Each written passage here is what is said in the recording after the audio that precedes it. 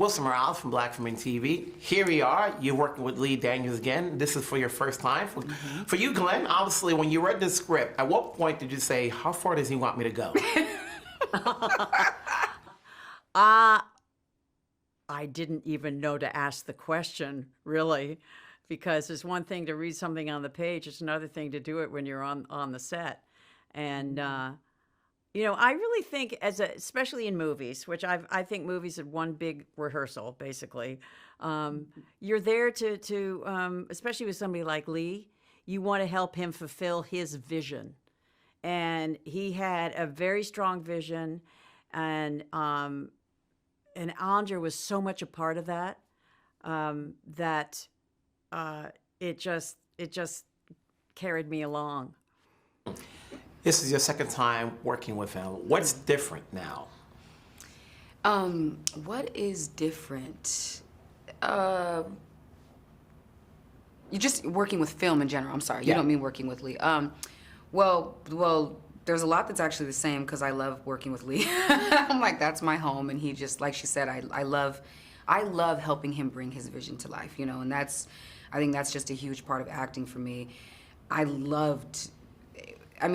This experience, what was hugely different was just being on set with Glenn Close and Monique and, you know, Aunjanue Ellis and Demi Singleton, McLaughlin. Like, these are just gargantuan talents, and but they also were incredibly giving spirits. So I don't know that there was much that was much different. I think I went into this just as scared as I did the first movie, you know, and so like I couldn't do enough preparation, and I was obsessively calling Lee and talking to him about every detail of not just my character but the other characters too, you know, and just because it's also learning about, like, okay, I need to know them, like, intimately, and how do I support, you know, when I'm on set as well. And so truthfully, yeah, I can't think of something that was different other than the actual character. It was a little harder for me to play her because she was a little closer to home, so I had to deal with some unresolved things in my life in order to bring them to the character. But I was just as terrified, and, you know what I mean, feeling green and kind of like, all right,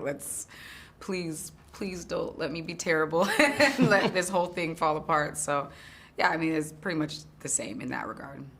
Ms. Close, how much say did you have in the makeup department? You know, when they're giving you the outfits, you know, not to spoil everything away, but, you know, when you're in there, and then as the film goes along, people go, okay, she is game. It's all a wonderful creative process. It's very collaborative. I value a costumer as much as I value a director, you know, I mean, because in the beginning you spend all that time with them trying to figure out, and they have a vision as well, and I'm always very wanting to hear what their vision is, because I don't think my ideas are always the most interesting.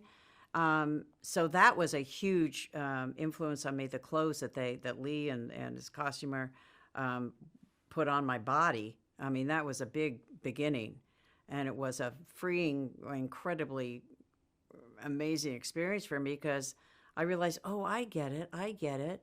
You know, it's not about body shape. It's about how you feel in your body.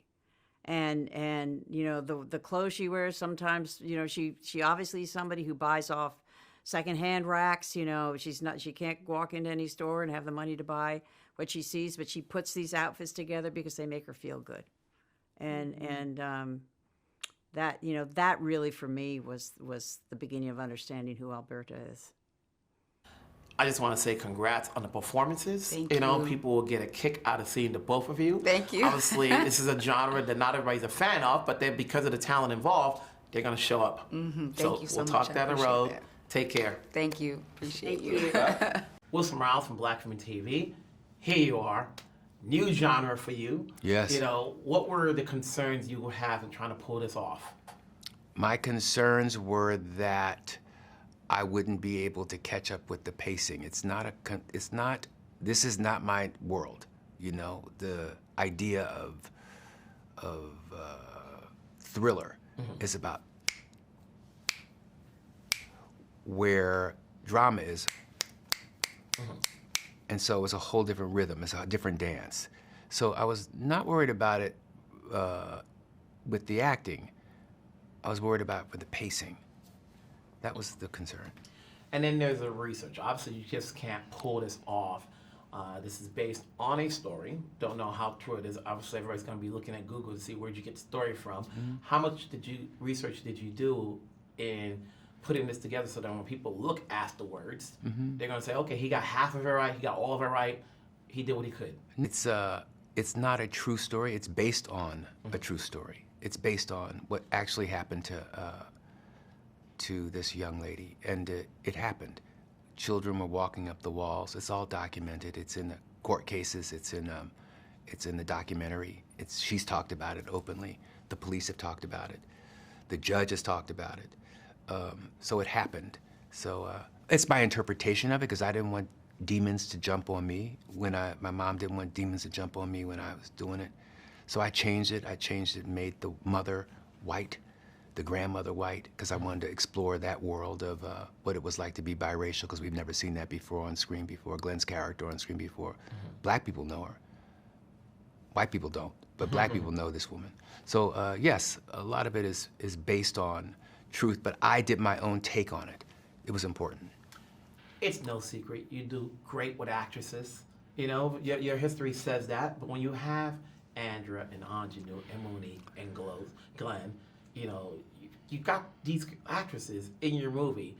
How do you manage to try to put them all together and equal the balance, balance it out so that everybody has a scene? I don't think that anybody is looking for, anyone's looking for, like Aunjanue said, she would have done craft services to work with me.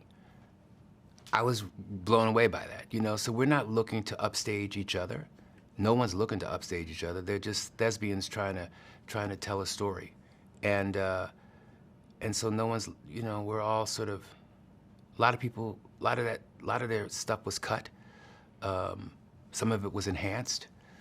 We're just trying to tell a story, and they were all trying to serve my vision. For Monique and Andra, who you worked with before, for some years later, what's the difference now in working with them again? With Andra? And Monique. And Monique. There's no difference. None at all. They completely trust me. They jumped off the bridge with me. And that's the exciting part about working with actors that trust me. You get the performances that you get. I can't, you got to talk about the other supporting cast. You got Demi, you've got Caleb, and you've got, I'm forgetting the other kid's name, Bynum. Oh my God, he's such a good talent. Yeah, he's the, I put him in Wonder Years, my television show, and he was a guest spot, and I said, this kid is incredible, so yeah. At the end of the day, what goes into the projects you want to do? Right. I always like to throw the dice up against the wall. I don't like staying consistent. Just when they thought they nailed me and sort of they thought they had me under with the Butler, that I wanted to jump into television to sort of shake that up a little bit. And just when they thought I was into television, I'd like to throw it over with Ain't No Mo. I don't know whether you saw that play that was on Broadway. So that was, I wanted to stretch the muscle with it's terrifying walking in and doing a thriller. For me, I'm a cat from drama. I don't know how to do that. And so it was, I didn't know that I could do it. So I wanted to, but I can't stay in my lane. I have to stretch, I have to grow. I won't be doing it again. I will not be doing it again. Really? You don't want to do this again? No. Because it took too much, and you got to live with it, and you have to, no, it's scary. Literally and figuratively, it's scary, Wilson. I'm going to let you go, but I want to ask because the people want to know what's going on with Star. Is that just rumor? No, it's not rumor. Not at all. Jordan Cooper, who wrote Ain't No Mo, and also is, and thank you for asking for that. So many people love that show. Jordan Cooper, who wrote Ain't No Mo, and also Miss Pat, created Miss Pat, is working with me on that, and hopefully we'll have it over at Onyx. Okay. Yeah. I appreciate it. I appreciate Thanks. you. Wilson Morales from Black Film and TV. Here you are, another film. What went into saying yes and working with this cast and Lee Daniels? It was fun. It was fun. I had a blast. I enjoyed myself. I had a really good time. You play these characters. Do you take stock if the character is somebody that's real? Here you are, you're playing an apostle. You know, how much research goes into playing this type of character? Well, a lot. You know, when Lee first started talking to me about possibly being in the film, he's talked about the work of this man, Apostle Lewis. And then when it was time to actually start shooting, he was like, I want you to talk to him. I want you to sit down with him.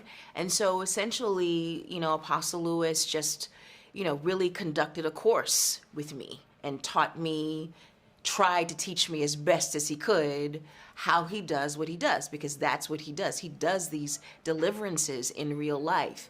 He had me sit down with other Black women apostles who do this in real life to see not just the act of doing what they're doing, but how these Black women come to doing this kind of work in a very male-dominated space, right? So, and it was a lot. I'm a church girl. I'm a church girl, right? But I'm Baptist. And we didn't do no casting out of demons in my church. We didn't do that. So, you know, I had to really, we don't speak in tongues, you know? So I had to really work with him, and he worked with me so that I could be hopefully believable in what I was doing.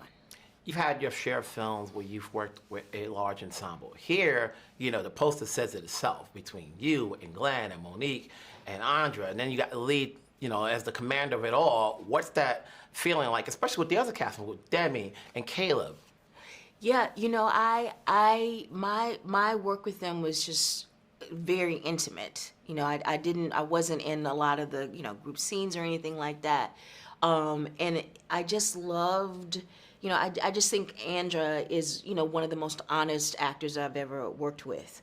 So I got to do things that were quiet with her, and just invest in a space with her and take time to do that. And the great thing about Lee is he wants that, because he's trying to get something that he feels is lived in and believable, and not manufactured.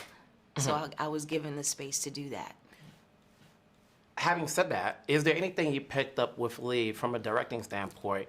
And I go, actors can never stop learning. So is there anything that you got from his direction that may help you along to whatever project you do next?